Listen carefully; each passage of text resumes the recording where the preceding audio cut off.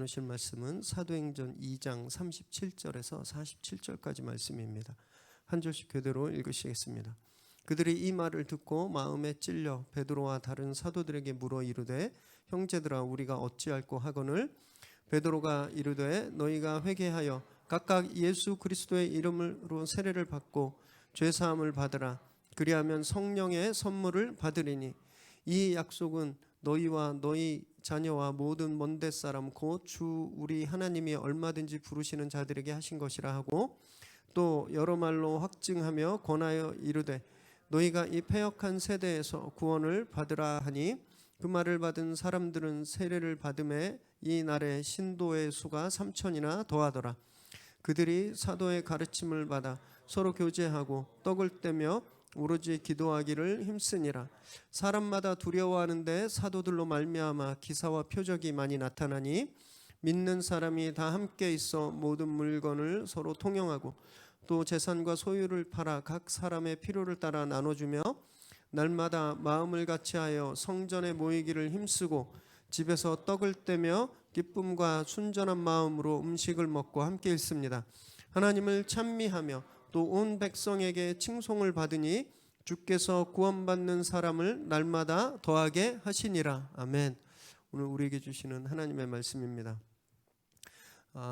말씀 전에 잠깐 정정 보도를 좀 해야 될 게 있어서요. 뉴스 보면 중요한 사실을 오보하면 꼭 그 다음에 정정 보도 하죠. 제가 지난주 설교 11시 예배 때 2부 때는 그러지 않았는데 11시 예배를 이렇게 피드백 좀 보느라고 리뷰하다가 설교 끄트머리에 48분 18초 정도에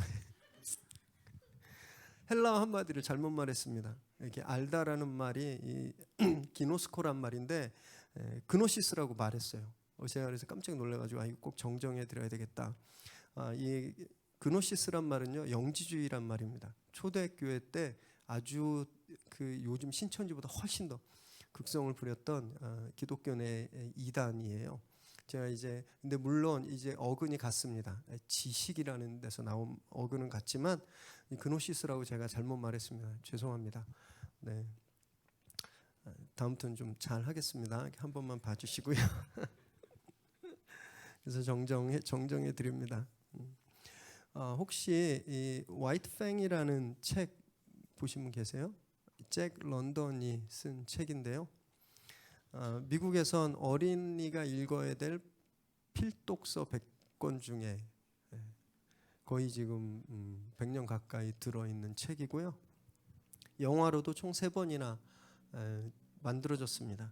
우리나라에도 사용됐었어요. 1991년에 늑대개 울프독이라고 늑대개라는 제목으로 사용됐습니다. 너무 감동적이에요. 내용이 이렇게 막 상처 입은 야생의 늑대 애기 늑대가 사람과 상처 입은 사람과 만나면서 우정을 나누고 교감하면서 서로 이렇게 회복되는 게 너무너무 감동적인 스토리입니다. 못 보셨으면 꼭 보시고요.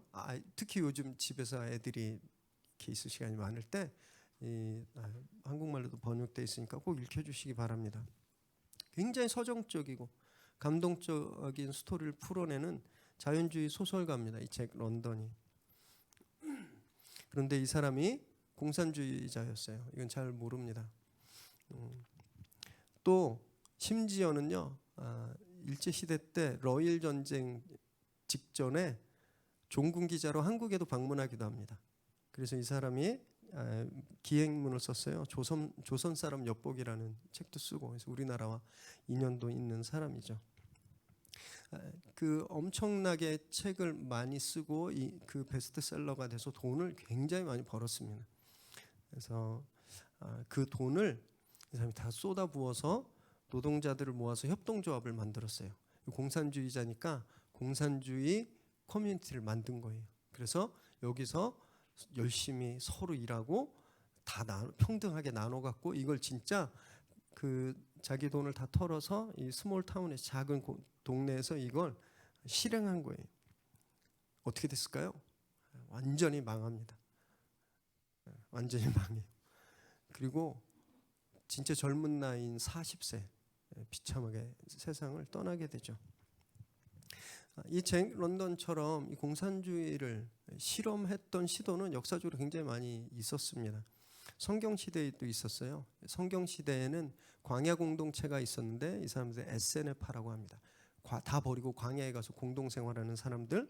중세 때는 수도원 운동이 그것과 좀 비슷했어요. 수도원은 우리가 아는 기도원 같은 게 아니라요. 다 모여서 실제 일하고 같이 먹고 같이 사는 그런 공동체였거든요. 또 근대에 들어와서는 소비에트, 중국, 쿠바, 북한 이런 나라들이 공산주의를 실험했죠. 그러나 지금 우린 다 알죠? 네, 전혀 사람이 살만한 곳이 아니다라는 거. 그 누구도 개인이든 단체든 국가든 공산주의의 이상을 실현해 본 적이 없었습니다. 이 너무 높은 거예요. Too high to be reached. 너무 높고 너무 좋아서 만질 수 없는 그런 이상향, 이 공산주의입니다. 어떤 분들은요, 오늘 본문에 나오는 교회의 모습이 이런 공산주의 원형이다 이렇게 이야기하시는 분들도 계세요. 실제 이렇게 이야기하는, 교회 내에서 이렇게 이야기하는 분들이 많이 계시는데 그분들은요, 뭘 잘 몰라서 하시는 말씀이에요. 얼핏 보면 되게 비슷하죠. 다 모여서 다 팔고 함께 나눠 쓰고, 이 공산주의네. 그런 원리가 다릅니다. 원리가 달라요. 성령의 임재와 말씀으로 시작된 이 초기 교회 공동체는요, 공산주의나 아니면 어떤 이상주의 단체들과 비교할 수 없는 작동 원리가 있습니다. 어떻게 보면 훨씬 더 급진적이고 훨씬 더 혁명적이라고 할 수 있거든요. 성령이 임하시자 제자들이 성령 충만함을 받죠. 그리고 광장으로 뛰쳐나갔습니다. 베드로가 사도들과 함께 서서 말씀을 선포하기 시작했죠. 구약의 말씀을 인용했습니다. 요엘, 선지자 요엘과 다윗의 글을 인용해서 베드로가 설교를 했는데 단 한 가지 주제였습니다. 당신들이 죽인 예수가 다시 살아나셨고 그분이 그리스도시다. 핵심이었어요. 이거 하나만 전했습니다. 군더더기 하나 없고 굉장히 투박해 보이는 막 뜨끈뜨끈한 그의 설교가 그 자리에 있었던 많은 사람들의 심장을 관통해 버립니다. 37절 읽습니다. 시작. 그들이 이 말을 듣고 마음에 찔려 베드로와 다른 사도들에게 물어 이르되 형제들아 우리가 어찌할꼬 하거늘. 설교를 듣고 사람들 마음에 막 지진이 일어났어요. 죄책감이 생겼습니다. 와, 정말 베드로가 설교한 대로 예언되셨고 약속되셨던 그 메시아를 우리가 죽였구나. 너무 충격적인 사실이죠. 걱정도 됐을 겁니다. 그러니 우리는 큰일 났다. 이거 완전히 저주받겠네. 도저히 살아날 수가 없겠네. 이런 공포에 휩싸였을 수도 있었어요. 그래서 그들이 사도들에게 우리가 무엇을 해야 합니까? 이렇게 절규처럼 묻고 있는 겁니다. 천인공노할 죄, 도저히 용서받을 수 없는 죄를 저질렀는데 이제 그럼 무엇을 해야 용서받을 수 있는가? 이걸 지금 묻고 있는 거예요. 이 질문이 되게 주목할 만하죠. 무엇을 해야 용서를 받는다고 생각하고 있는 거예요. 왜냐하면 그게 너무너무 익숙했기 때문에. 여태까지 구약은 제사를 드리면 그러면 용서받았거든요. 그리고 무엇을 율법을 지켜 행하면 하루에 몇 번씩 기도를 행하고 또 짐승과 뭘 잡아서 뭘 행하면 그래서 죄가 용서해 준다고. 이게 너무나 익숙했기 때문에 그게 이들의 익숙함이었기 때문에 그래서 묻는 거예요. 우리가 그럼 뭘 해야 되는가? 자기들이 생각해도 뭐 화목제나 뭐 이런 제사 가지고는 이게 해결이 안 될 것 같았던 거예요.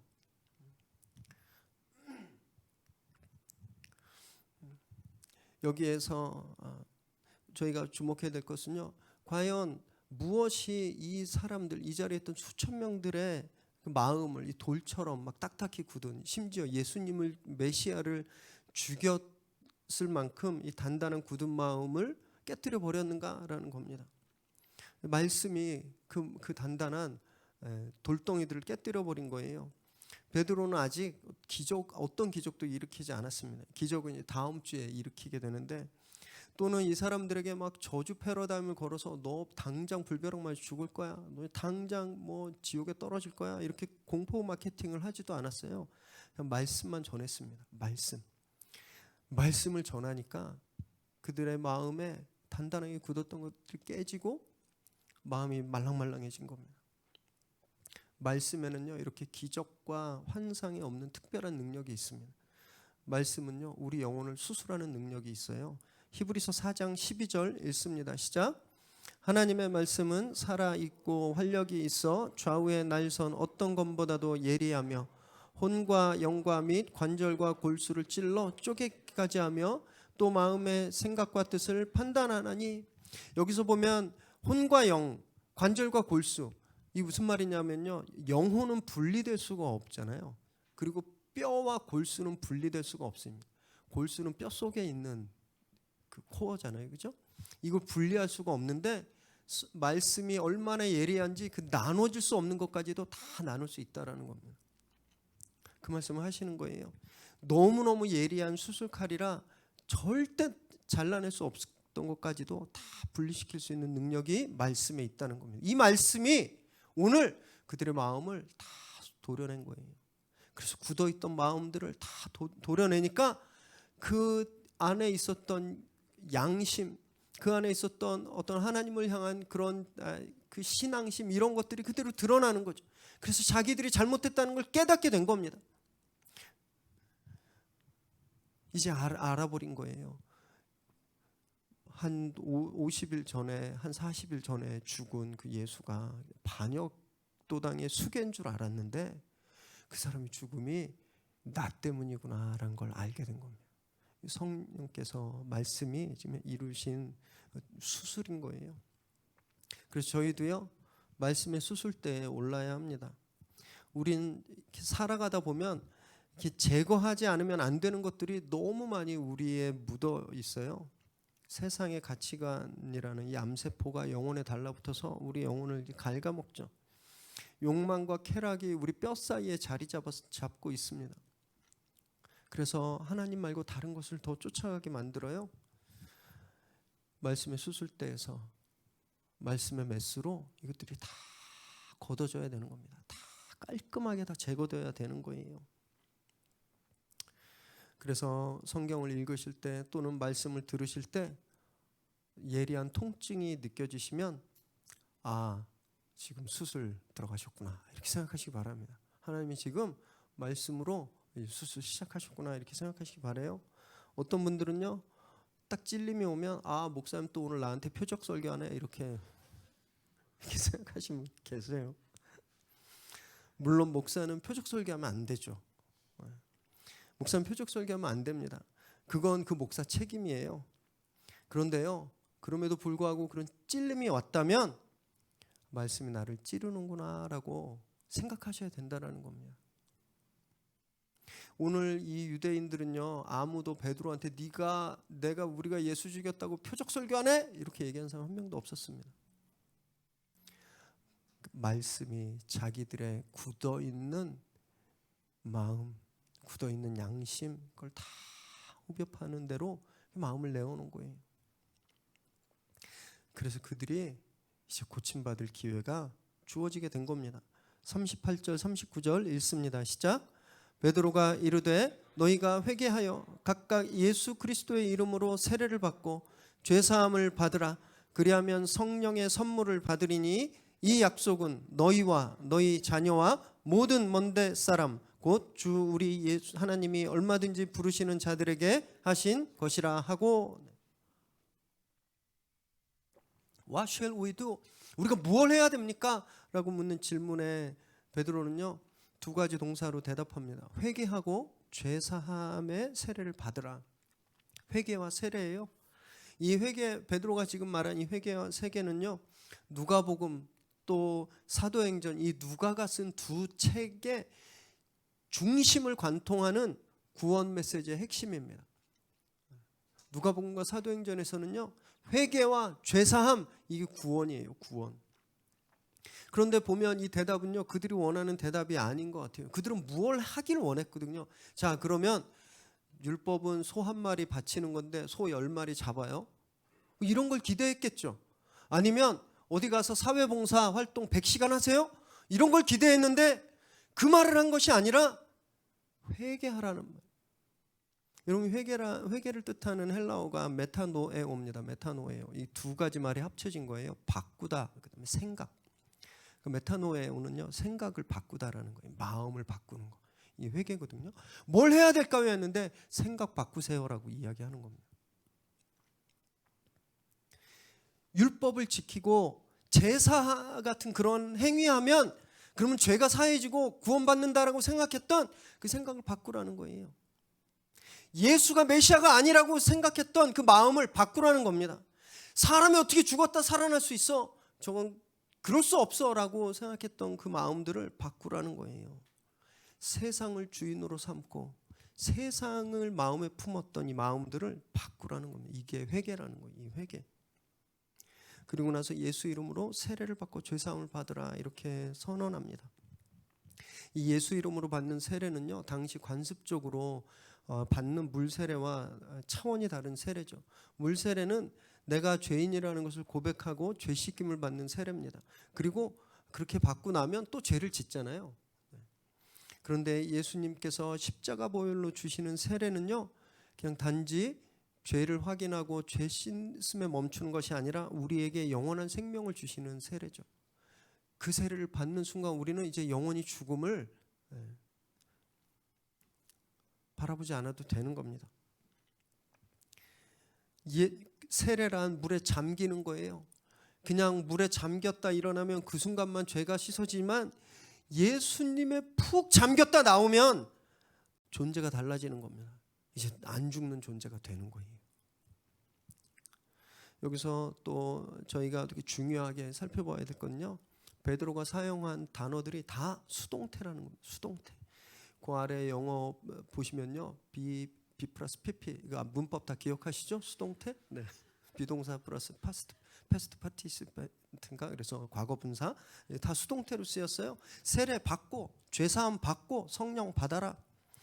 doing이 아니라 액티브 동사가 아니라 무엇을 의지로 하는 것이 아니라 패시브예요. be given. 그러니까 주어지는 것을 그저 받기만 하면 되는 전적인 수동태라는 겁니다.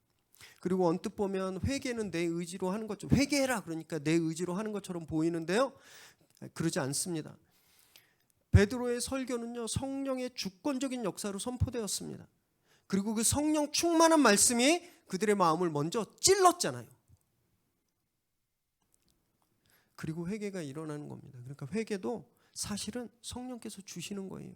성령께서 회개할 마음을 주시지 않으면 회개할 수 없다라는 겁니다.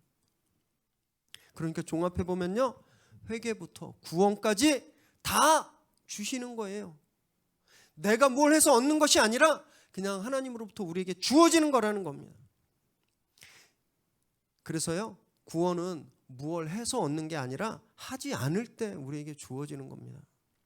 성령이 회개시키실 때, 거부하지 않을 때, 그 말씀이 내 영혼을 통과할 때, 힘을 뺄 때, 예수께서 주시는 생명의 세례를 받을 때, 그때 내가 아무것도 하지 않았는데 죄가 용서되고 성령님까지 선물로 받게 되는 거예요. 그리고 이 놀라운 변화는요, 나 혼자에서 끝나는 것이 아니라 내 다음 세대, 그 다음 세대를 통해 이어지고요, 또 땅 끝까지 모든 사람들에게 이런 변화가 일어나게 된다는 겁니다. 여러분, 그래서 우리 빨리 이 태를 바꿔야 됩니다. 능동태로 사셨다면 빨리 메타노예요. 마음을 바꾸셔야 돼요. 수동태로 사셔야 되는 겁니다. 힘을 빼고, 여태까지 내가 뭘 해보려고 몸에 긴장하고 힘을 빡 주고 그냥 막 두리번 거리면서 막 그렇게 움직였다면 이 힘을 다 빼시고요, 성령께서 인도하시는 대로 끌려가셔야 되는 거예요. 물에 빠졌을 때 살려고 힘 빡 주고 허우적거리면 더 가라앉거든요. 물에 빠졌을 때 살려면 힘 빼고 그냥 누워있기만 해도 살 수 있습니다. 그것이 신앙이라는 겁니다. 그것이 믿음 생활이라는 거예요. 혹시 지금 몸에 힘이 잔뜩 들어가 계신 분, 내 앞에 지금 이 문제들이 있는데 이거 빨리 내가 어떻게 해서 좀 해결해야 되겠다, 이렇게 기압이 잔뜩 들어가 계신 분 있으시다면 오늘 성령님 앞에서 그 힘들을 다 빼버리시기 바랍니다. 오늘 말씀이 예리한 칼로 그 힘들을 다 도려낼 때 아프지만 몸을 그대로 맡기시기 바랍니다. 오늘 성령님이 우리에게 임하실 걸 믿으시기 바랍니다. 40절 41절 읽습니다. 시작. 또 여러 말로 확증하며 권하여 이르되 너희가 이 패역한 세대에서 구원을 받으라 하니 그 말을 받은 사람들은 세례를 받음에 이날에 신도의 수가 3,000이나 더하더라. 베드로는 여기서 이 설교만 한 것이 아니었어요. 여러 말로 확증하고 권했다 그랬잖아요. 다른 설교도 많이 했다라는 말입니다. 그리고 나서 결론적으로 이 패역한 세대에서 그러니까 구원을 받아라 이렇게 선포한 거예요. 패역하다라는 말, 이렇게 악하다라는 말과 똑같은 말인데 원래 뜻은요 구부러진, 뒤틀린, 왜곡된, 부러진 이런 뜻을 가지고 있습니다. 이 표현이 출애굽 시대에도 광야에서도 한번 사용되었는데요. 신명기 1장 35절 읽습니다. 시작. 이 악한 세대 사람들 중에는 내가 그들의 조상에게 주기로 맹세한 좋은 땅을 볼 자가 하나도 없으리라. 이 어떤 때 하나님께서 하신 말씀이냐면 이스라엘이 애굽에서 나와서 2년간 이렇게 시내산에서 공동체 생활하고 훈련하고 말씀을 잘 받았어요. 그리고 이제 가나안을 들어가기 직전이었습니다. 그래서 가데스 바네아에서 지파에서 한 명씩 대표자 12명을 뽑아서 가나안에 정탐을 보내죠. 그리고 12명이 돌아왔는데 그중 2명 여호수아와 갈렙 빼놓고 나머지 10명이 다 뭐라 그랬냐면 저희 가면 다 죽어. 가봤더니 우리 다 메뚜기야. 저 사람 다 거인이고 괜히 하나님 애굽에서 그래도 잘 먹고 잘 살았는데 여기 와서 우리 다 죽이려고 이러셨다. 막 이렇게 불평했습니다. 그랬더니 이 소식을 들은 온 이스라엘 사람들이 막 두려움에 사로잡힌 거예요. 마치 요즘 위례 어디서 확진자 나왔대 그럼 막 그 동네 난리 나는 것처럼 이 10명의 보고를 듣고 공포에 사로잡혔습니다. 그래서 다 불평했어요. 하나님께 반기 들었습니다. 그때 하나님께서 하신 말씀이에요. 이 악한 세대 사람들아, 왜 악하다고 말씀하셨냐면요, 하나님이 그 땅을 너에게 이미 주었다라고 말씀하셨는데 하나님의 뜻을 왜곡시켜버린 거예요. 거기 가면 죽는다라고 이걸 틀어버린 겁니다. 그래서 하나님이 악한 세대야, 너희는 이제 그 땅을 갈 사람이 한 명도 없다라고 그래서 출애굽 1세대가 이제 광야에서 다 죽어야 되는 그런 운명에 처하게 되는 것이죠. 지금 베드로가 그 말을 하고 있는 거예요. 그 광야에서 패역한 짓을 했던 그 세대처럼, 그 조상들처럼 너희도 이 세상도 똑같다 그러는 겁니다. 왜? 유대인들이 하나님의 말씀으로 오시고 하나님의 뜻으로 약속으로 오신 예수님을 반역자로, 신성모독자로, 바알세불의 앞잡이로 왜곡시키고 뒤틀어버려서 죽였잖아요. 그래서 그런 악한 패악한 세대에서 너희 조상들처럼 멸망당하지 말고 구원함을 얻어라, 이렇게 선포하고 있는 겁니다. 여러분, 세상은 그래서 패악한 거예요. 아무리 선해 보이고 좋은 일 많이 하고 요즘 공유경제, 사회적 기업, 나눔, 실천, 막 기부문화 너무너무 좋아요. 너무 선한 일들을 많이 해서. 그러나 기본적으로 세상은 패악합니다. 왜냐하면 하나님의 뜻을 늘 왜곡하기 때문에, 하나님 안 믿어도 살 수 있다고 이야기하기 때문에, 예수 없어도 잘 살 수 있다고 이야기하기 때문에, 예수 말고 다른 이름도 우리를 행복하게 해줄 수 있다고 말하기 때문에 세상은 패역한 거예요. 하나님의 뜻을 왜곡시키고 있기 때문에. 이 패역한 세상에서 구원받을 수 있는 길은 오직 예수 이름밖에 없습니다. 여러분, 그 이름을 선포하시고 전하시길 바라요. 행여 너무 좋아 보여서 마음이 끌려가고 있었다면 끊으시기 바랍니다. 패역한 세상엔 절대 선한 것이 없기 때문이에요. 이 말씀을 받은 사람들이 세례를 받고 3,000명이나 되는 신도들이 생겨버렸습니다. 신도란 말 처음 나왔어요. 믿는 사람들, 그러니까 교인들, 성도라는 뜻이에요. 근데 여기에 이 말씀을 들은 모든 사람이라고 안 했고 이 말씀을 받은 사람이라고 그랬죠. 말씀을 받아야 성도가 되는 겁니다. 말씀을 받아야 교인이 되는 거예요. 말씀을 받아야 믿는 사람이 되는 겁니다. 사도행전 읽으실 때 항상 상상력을 동원하시라고 말씀드렸죠. 지금 이 장면을 한번 상상해 보세요. 3,000명이잖아요.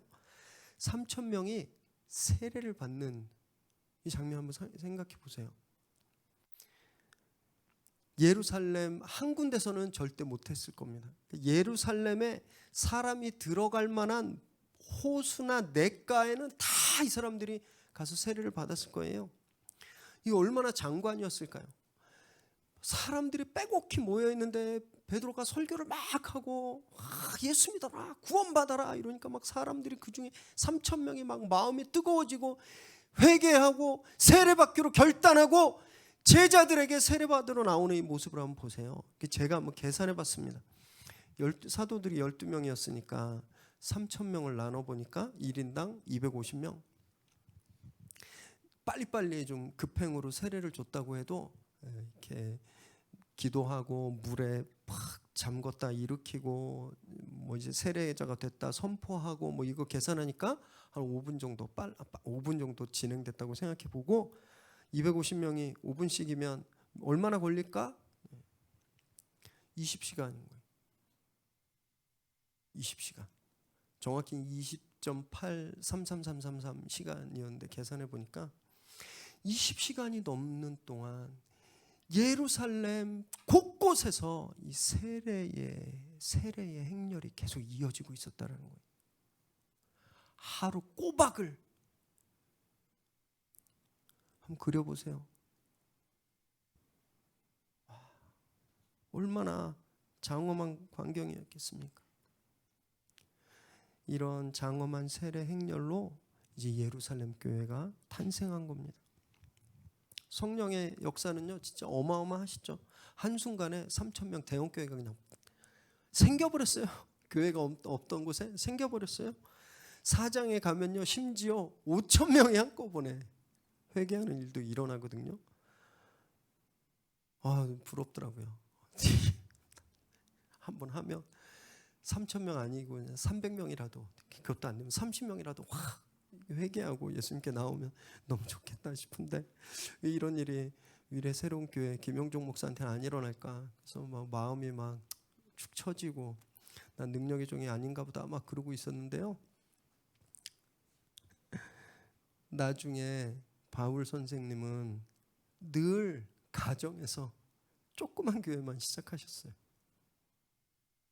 심지어 두란노에서는요 3년 동안이나 머물면서 교회를 세웠습니다. 그 두란노 서원이. 성경은 이런 엄청난 폭발, 화산 폭발처럼 터져나는 교회의 출발도 말씀하고 있지만 나중에 가면요 정말 작은 마이크로 사이즈의 교회의 시작도 출발도, 그리고 어떤 때는요 이 교회들이 대형 교회가 하지 못하는 일들을 감당하고 있는, 나중에 보면 이렇게 지금 예루살렘 교회가 막 수천 명 한 번에 막 3천 5천 명씩 막 어마어마했잖아요.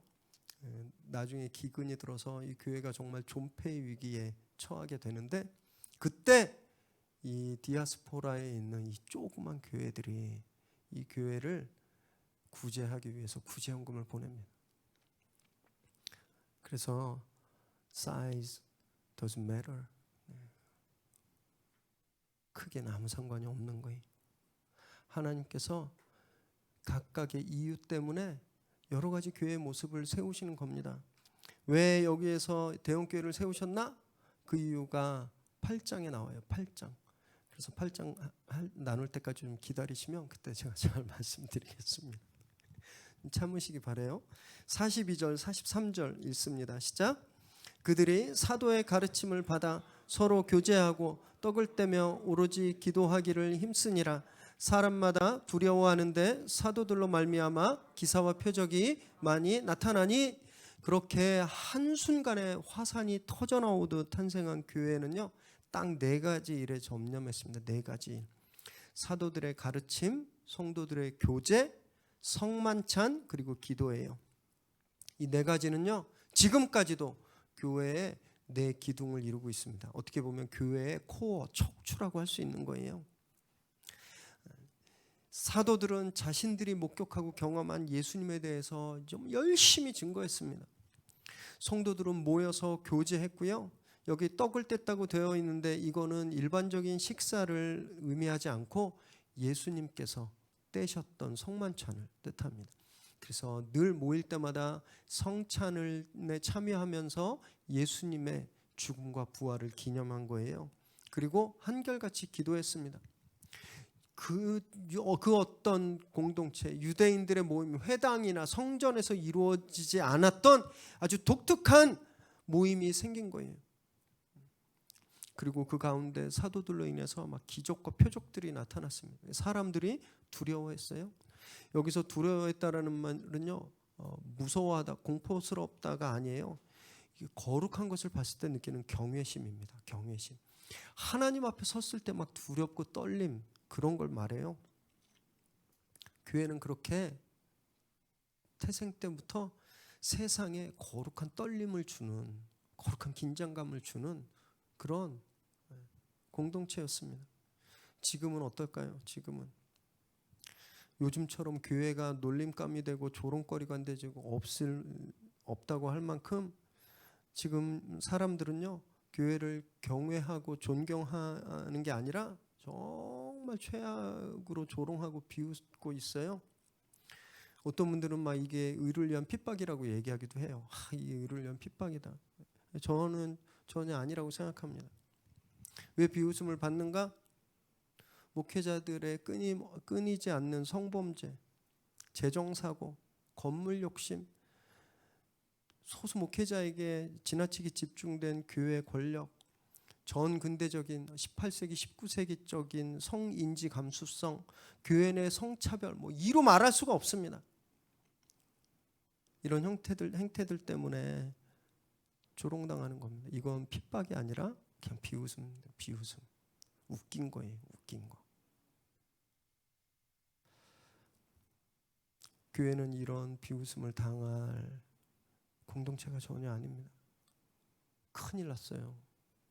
우린 이 초대교회가 받았던 이 사회적 존경심과 경외심을 회복해야 됩니다. 어떻게 할 수 있을까요? 이 기본을 회복해야 돼요. 이 네 가지 기본. 정말 건강한 말씀, 그리고 성도들의 이기적이지 않은 이타적인 나눔, 그리고 성만찬으로 대표되는 예수 그리스도의 죽음과 부활에 동참하는 예수 그리스도의 죽음과 부활이 내 삶이 되는 것, 그리고 기도하는 것. 이 네 가지를 회복하지 않으면요, 우리 이 비웃음을 절대 벗어날 수가 없습니다. 우리 그거 매주 하는데 별 특별한 게 아니구나, 이렇게 생각되실 수도 있어요. 저희도 한 달에 한 번 성찬하고 그 말씀 잘 나누고 또 모여서 친하게 지내고 막 이렇게 집사님, 자매님 이러면서 우리도 교제 많이 하는데 특별한 게 없네, 이렇게 생각되시면요, 다음 구절을 보면 그게 전혀 아니구나라는 걸 아실 수 있습니다. 44절 45절 읽겠습니다. 시작. 믿는 사람이 다 함께 있어 모든 물건을 서로 통용하고 또 재산과 소유를 팔아 각 사람의 필요를 따라 나눠주며. 성도의 교제가 어떤 모습인지 지금 구체적으로 더 말씀하고 있는 거예요. 다 함께 있었다고 합니다. 다 함께. 여기서 이렇게 흔히 우리가 오해하는 게 이 3,000명이 다 맨날 한꺼번에 모여 있었다고 생각하는데, 그러면 장충체육관만한 공간이 필요하거든요. 그러지 않았습니다. 예루살렘 교회 출석 인원이 한 3,000명 됐는데요, 당시에 3,000명이 한꺼번에 들어가는 집은 없었습니다. 왕궁도 그렇게 들어갈 수 없었어요. 수십 명에서 또는 수백 명의 성도들이 자기의 집을 오픈한 겁니다. 그래서 거기에서 성도들이 다 함께 모여 있는 거예요. 우리 집에 10명, 또 저 집엔 좀 크니까 20명, 또 우리 집은 작아서 5명, 이렇게 자기 집을 오픈한 거예요. 그래서 그곳에 다 모여서 함께 있었던 겁니다. 그리고 물건을 함께 공유했어요. 내 거 네 거 없었다라는 거예요. 재산과 소유를 팔아서 필요한 사람들에게 필요한 만큼 나눠주었습니다. 바로 이 구절 때문에 앞에서 말씀드렸던 교회가 공산주의 원형이다, 이런 말이 있는데요, 전혀 아닙니다. 전혀 아니에요. 공산주의는 기본적으로 사유재산을 인정하지 않잖아요. 근데 이 공동체는 사유재산이 있었어요. 5장에 보면 초대교회 거의 최초의 비극적인 사건이 나오는데 이 아나니아와 삽비라 사건이거든요. 그때 베드로가 뭐라 그랬냐면 너 땅 팔기 전에도 네 거였고 팔고 나서도 네 돈인데 라는 말을 합니다. 이거 뭐냐면 사유재산이 다 인정되었다는 거예요. 다 자기 재산이 자기 거로 인정되고 있었다는 거예요. 또 나중에 그 바울 서신에 보면요, 바울이 계속 강조하는 것이 힘든 어려운 형제자매들을 도와라, 어려운 형제자매들을 섬겨라, 이런 이야기를 자주 하는데 이건 뭘 반증하냐 하면 더 이상 이때처럼 다 팔아서 나눠주지 않았다는 걸 반증합니다. 이걸 종합해 보면 이 일은요 딱 이때만 이루어진 거예요. 예루살렘 교회 모든 이 이후에 생기는 모든 교회에서 이러지 않았습니다. 공산주의가 너무 다르죠. 공산주의는 시스템입니다. 권력이 그렇게 만들어요. 강제하죠. 내 거 안 주고 싶은데 억지로 뺏어가는 거예요. 그리고 대충 눈치 보고 살아도 먹을 게 생기는 그런 거죠. 그래서 다 망한 거잖아요. 그래서 역사의 퇴물로 여겨지는 거거든요. 아주 이상은 너무너무 좋지만 절대 이루어질 수 없습니다. 죄악된 인간은 세상에서. 그런데 이 공동체는 자발적이었어요. 자발적으로 내가 가진 것을 팔았습니다. 왜냐하면요, 그때 도움이 필요했던 사람들이 있었기 때문에 그래요. 지금 이날 회심한 3,000명의 신도들 중에는요, 많은 사람들이 외국의 디아스포라에서 예루살렘에 온 사람들이었어요. 저기 기억해 보시면 이때 명절을 맞아서 많이 온 사람들이 자기네 나라 말 소리가 들리니까 막 놀랐다 그랬잖아요. 예루살렘에 사는 사람들이 아니라 외국에 살던 사람들이 여기에 많이 와 있었던 겁니다. 그들이 회심했어요. 원래 유대인들은요, 명절을 맞아서 외국의 디아스포라에서 온 유대인들을 성전에서 또 회당에서 잠자리를 제공하고 음식을 제공해 줬습니다. 그런데 이들이 개종했잖아요. 이들이 성전이 아니라 예수님이 우리 주라고 고백하고 교인이 됐잖아요. 유대인들 공동체로부터 이런 서포트가 끊어진 거예요. 이제 먹고 살 방편이 없어졌습니다. 교회가 이들을 책임져야 될 필요가 있었던 거예요. 그때 교인들이 자발적으로 자기 것을 아끼지 않고 팔아서 그들을 돕고 섬겼다라는 겁니다. 여러분, 저희 석 달 전에 진짜 재난 지원 기금 받으셨잖아요. 개인적으로 기도했어요. 한 달에 한 번씩 이런 거 좀 나왔으면 좋겠다. 근데 그러지 않죠.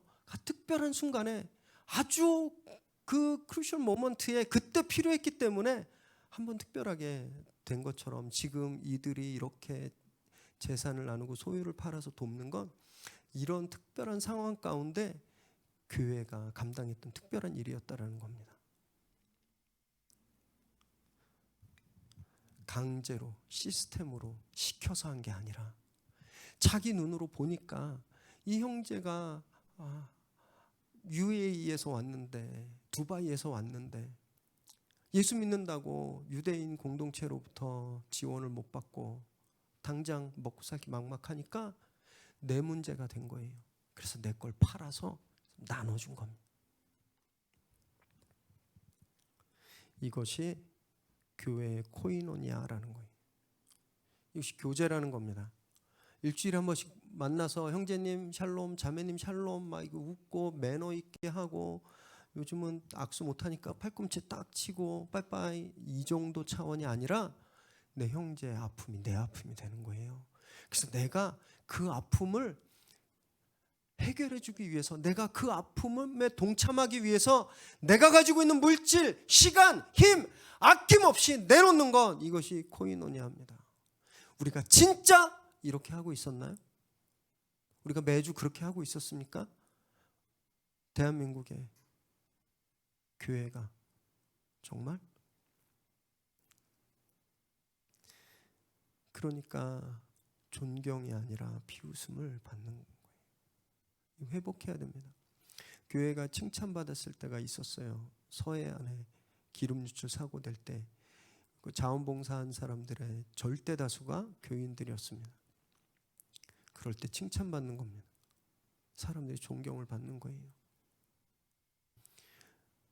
구한말 또 일제시대 말기에 독립운동을 위해 정말 목숨 바치고 자기 재산 다 바치고 그렇게 죽어갔던 분들 중에 기독교인들이 많으셨어요. 네, 그래서 존경받는 겁니다.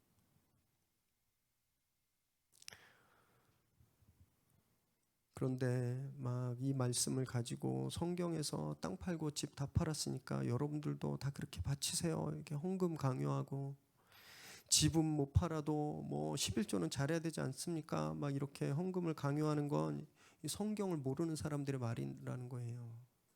절대 강요하지 않았습니다. 또 그렇게 모인 헌금을 가지고 건물에 투자하지도 않았어요. 분명히 보세요. 필요한 사람 필요에 따라 나누어 주고.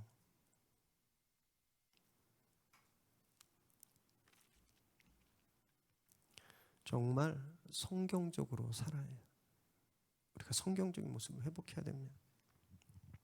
어쩌면요, 그래서 제가 3주년 설교 때도 말씀드렸는데 어쩌면 지금 이 코로나19 바이러스가 그래서 어떤 면에서는 교회의 약일 수도 있겠다 이런 생각합니다.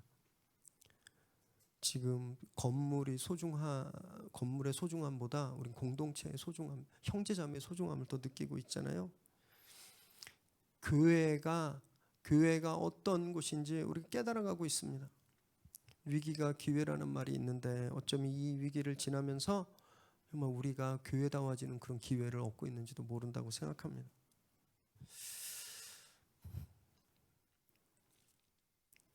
함께 모이시길 바랍니다. 함께. 현장 예배 조심해서 우리 모이는 거 너무 좋고 또 주중에는요 비대면으로 함께하는 줌 커브, 줌 다락방 기도회 함께 모이세요. 그렇게 함께 모일 때 우리 삶을 나누게 되고 우리 형제자매의 필요를 알게 되고 그들을 위해서 기도하고 또 마음을 다해 그 필요를 나눠줄 수 있는 그런 공동체가 되는 겁니다. 교회의 원형을 회복할 수 있는 거예요. 그렇게 저와 우리 성도님들 우리 모두가 참된 코이노니아를 정말 회복해 나가게 되기를 바랍니다. 46절 읽습니다. 시작. 날마다 마음을 같이하여 성전에 모이기를 힘쓰고 집에서 떡을 떼며 기쁨과 순전한 마음으로 음식을 먹고. 성전에 날마다 모였습니다. 이때 사도들이 성경을 강론했을 거예요. 그리고 그 성전에 오는 다른 유대인들에게 전도했습니다. 그리고 나면 다시 집으로 가서 떡을 떼고 성찬을 나누고 음식을 먹었습니다. 정말 너무너무 모범적인 교회 생활이죠. 이런 생각했습니다. 이렇게 맨날 교회 모이고 집에서 모이면 일은 언제 했을까? 골프는 언제 치고 낚시는 언제 하러 가고. 이들도 취미 생활이 있었을 건데, 그렇죠? 직장 다녔을 텐데. 그런데 성경은요 이런 것들에 대해서 언급조차 하지 않고 있죠. 교회가 된 순간 다른 것들은 이제 고려의 대상이 아닌 거예요. 물론 일했을 거고 친구들 만나러 갔을 겁니다. 근데 그거에 대한 중요성이 전혀 없는 것처럼 이야기하잖아요. 함께 마음을 같이 하고 말씀을 듣고 주님을 기념하고 같이 먹고 마시는 건 이것이 그들 삶의 우선순위가 되어버린 겁니다. 물론 지금은 이렇게 할 수 없고요. 이렇게 하는 건 오히려 위험할 수 있죠. 이대로 하는 단체들은요 이단 사이비들이 이렇게 해요. 성경에 이렇게 써 있으니까 다 집문서 통장 다 갖고 오고 다 공동생활하고 그러잖아요. 신천지 전도관 같은 이단 사이비만 이렇게 합니다. 시대가 변하면서 교회 생활의 모습도 달라졌어요. 성령께서는요 각 시대마다 가장 좋은 공동체의 모습을 입혀주십니다. 지금 이때 예루살렘 교회에게 이런 교회의 모습을 입혀주셨다면 이제 나중에 이방에 세워지는 안디옥 교회나 고린도 교회나 에베소 교회에서는요 거기에 가장 좋은 교회의 모습을 입혀주시는 거예요. 지금은 오히려 같이 모여서 밥 먹는 거 굉장히 위험하죠. 교회 덕을 해칠 수 있는. 지금은 그렇게 절제하는 것, 이것이 오히려 성숙한 교회의 모습이라는 겁니다. 그래서 본문이 쓰여진 대로 흉내내는 거 그게 다가 아니라 삶의 우선순위가 어디에 있는지를 확인하는 것이 중요합니다. 그게 중요하다고 말씀하는 거예요. 신앙 공동체가 가장 우선이라는 겁니다. 그럴 때 상황이 바뀌고 옷이 바뀌어도 우리가 교회에 대한 교회성을 유지할 수 있는 것이죠. 정말 기쁠 때 같이 웃고 슬플 때 같이 우는, 내 삶에 내가 문제 생기면 가장 생각나는 내 힘이 되는 그런 공동체, 여러분 그 공동체가 교회라고 지금 말씀하고 있는 거예요. 그리고 그런 교회가 정말 하나님을 예배하고 이웃을 돌보는 그런 교회가 되는 겁니다. 47절 읽겠습니다. 시작. 하나님을 찬미하며 또 온 백성에게 칭송을 받으니 주께서 구원받는 사람 날마다 더하게 하시니라. 하나님을 찬양했고 사람들에게 칭찬을 받았어요. 그랬더니 주님께서 부흥시켜 주셨다라는 겁니다. 근데 여기 백성에게 칭송을 받으니라는 말은요, 이 정확히 원어로 직역하면 백성들에게 호의를 가졌다라는 뜻입니다. 무슨 말이냐면 백성들에게 은혜를 베풀었다라는 뜻이에요. 그래서 칭찬을 받은 겁니다. 그러니까 이 사람들은요, 하나님을 예배하고 이웃들을 사랑했어요. 이웃에게 은혜를 베풀었습니다. 예수님께서 율법을 단 두 마디로 요약하셨잖아요. 하나님 사랑과 이웃 사랑, 지금 그대로 살고 있는 거예요. 이게 교회의 모습이었다라는 겁니다. 그랬더니 부흥이 일어났어요. 주님이 그냥 사람들을 보내주셨습니다. 여러분 이것이 비밀입니다. 전도 훈련, 무슨 총력, 전도 주일 이런 거 안 해도 하나님을 사랑하고 이웃을 사랑하면 그냥 하나님이 부흥시켜 주시는 거예요. 전도는 끌고 오는 게 아니라 주님께서 데려오신다라는 겁니다. 말씀을 묵상하면서 진짜 무릎을 탁 칠 수밖에 없었습니다. 포스트 코로나 시대에 이제 더 이상 사람들을 교회로 데리고 올 수가 없는 시대잖아요. 오라고 할 수도 없어요. 되게 조심스럽지 않으세요? 저도 그래요. 저도 우리 성도님들한테 문안 인사하고 카톡하고 막 그러면 너무너무 보고 싶은데 교회 오란 말을 잘 못하겠어요. 조심스러우니까. 이젠 교회 오시란 말 못하는 시대입니다. 교회 가자는 말 못하는 시대예요. 성경과 딱 맞죠. 이 사람들은 교회 오란 말 안 했는데요, 하나님 원하는 대로 삶을 사니까 주님이 데리고 오셨어요. 여러분 이것이 전도인 겁니다. 진짜 전도가 회복되는 시대가 지금이 아닐까 그렇게 생각해요. 며칠 전 뉴스 보면서 깜짝 놀랐는데요, 세계 3대 기구, 세계무역기구, 세계보건기구, 경제협력개발기구, 이 사무총장의 유력한 후보들로 다 한국 분들이 올라가셨더라고요. 공교롭게 다 여성 리더십들. 6개월 전만 해도 이게 상상하실 수 있었겠어요? 아니 이분들이 진짜 당선되든 안 되든지 간에 이 조그만 나라에서 이런 영향력이 언제 생긴 걸까요? 코로나 팬데믹이라는 위기가 우리나라와 우리 국민들의 진짜 실력을 드러나게 한 겁니다. 진짜 실력. 되고 싶다고, 후보 되고 싶다고 되는 게 아니에요. 우리 실력이 드러나니까 인정받았잖아요. 여러분 교회가 이래야 된다라는 거예요. 우리가 기본을 회복하고 정말 말씀대로 살면요, 실력이 드러나는 겁니다. 그러면 오게 돼 있는 거예요. 오고 싶어지고 궁금해지고 존경받고 사랑받는 겁니다. 미래 새로운 교회가 이 위기 시대에 진짜 실력을 인정받는 그런 교회가 되길 바랍니다. 그때도 말씀드렸지만 이제 여기 계신 분 한 분 한 분이 다 교회라고 고백하셔야 돼요. 여러분들의 삶이 오늘 이 예루살렘 교회에서 증거되고 있는 이 모든 일들이 여러분들 삶 가운데서 일어나야 되는 겁니다. 말씀을 묵상하시고 정말 이웃을 섬기고 기도하고 돌보는 그런 삶을 다 사시길 바랍니다. 그래서 우리 성도님들의 삶에 큰 부흥이 임하고 또 미래 새로운 교회가 정말 하나님이 보내시는 그런 영혼들로 가득 차게 되길 바랍니다. 모든 것이 무너지고 흔들리는 이때 성령께서 이끄시는 대로 참된 교회 모범을 세우는 저와 여러분 되시기를 주님의 이름으로 축원합니다. 기도하겠습니다.